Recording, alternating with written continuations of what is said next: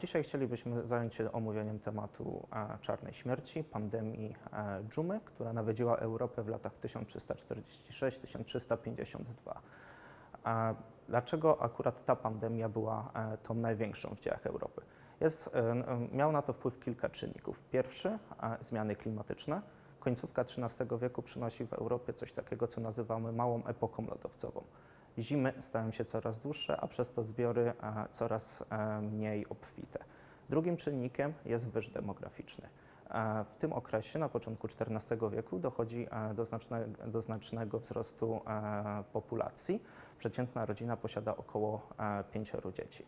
Te połączone dwa czynniki sprawiły, że brakowało dostatecznej ilości jedzenia dla wszystkich ludzi. Stąd też społeczeństwo europejskie było niedożywione, a przez to bardziej podatne na choroby. Drugim ważnym czynnikiem jest tocząca się wówczas wojna stuletnia pomiędzy Anglią i Francją, która doprowadziła do wyniszczenia ekonomicznego obu tych państw. Nie bez znaczenia jest oczywiście również niski poziom higieny ówczesnych Europejczyków.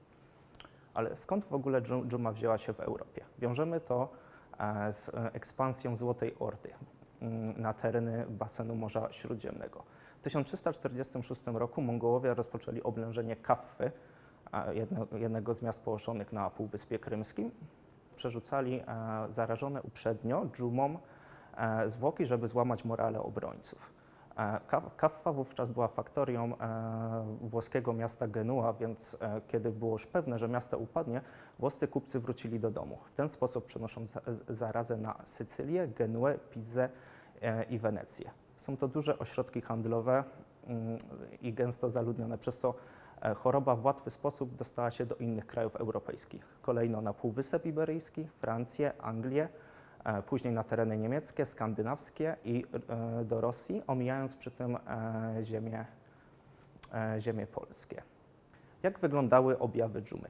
Przede wszystkim dochodziło do krwotoku z nosa, a w późniejszym okresie pojawiały się takie wybrzuszenia na węzłach chłonnych, czyli na pachwinach lub pod pachami. Medycy z tamtego okresu opisują je jako podobne do kształtu jabłka albo jajka. Pojawiały się również na ciele piegopodobne plamy, które występowały w różnym zgrupowaniu na ciele ludzkim. Były to najprawdopodobniej ukąszenia pcheł, które również przenosiły zarazę. Cechą charakterystyczną osób zarażonych dżumą jest wysoka gorączka oraz wymioty. Przeważnie umierało się od 2 do 7 dni po zarażeniu. Szacuje się, że dżuma pochłonęła od 24 do 50 milionów ludzi w Europie, co stanowi niemal połowę ludności ówczesnego Starego Kontynentu.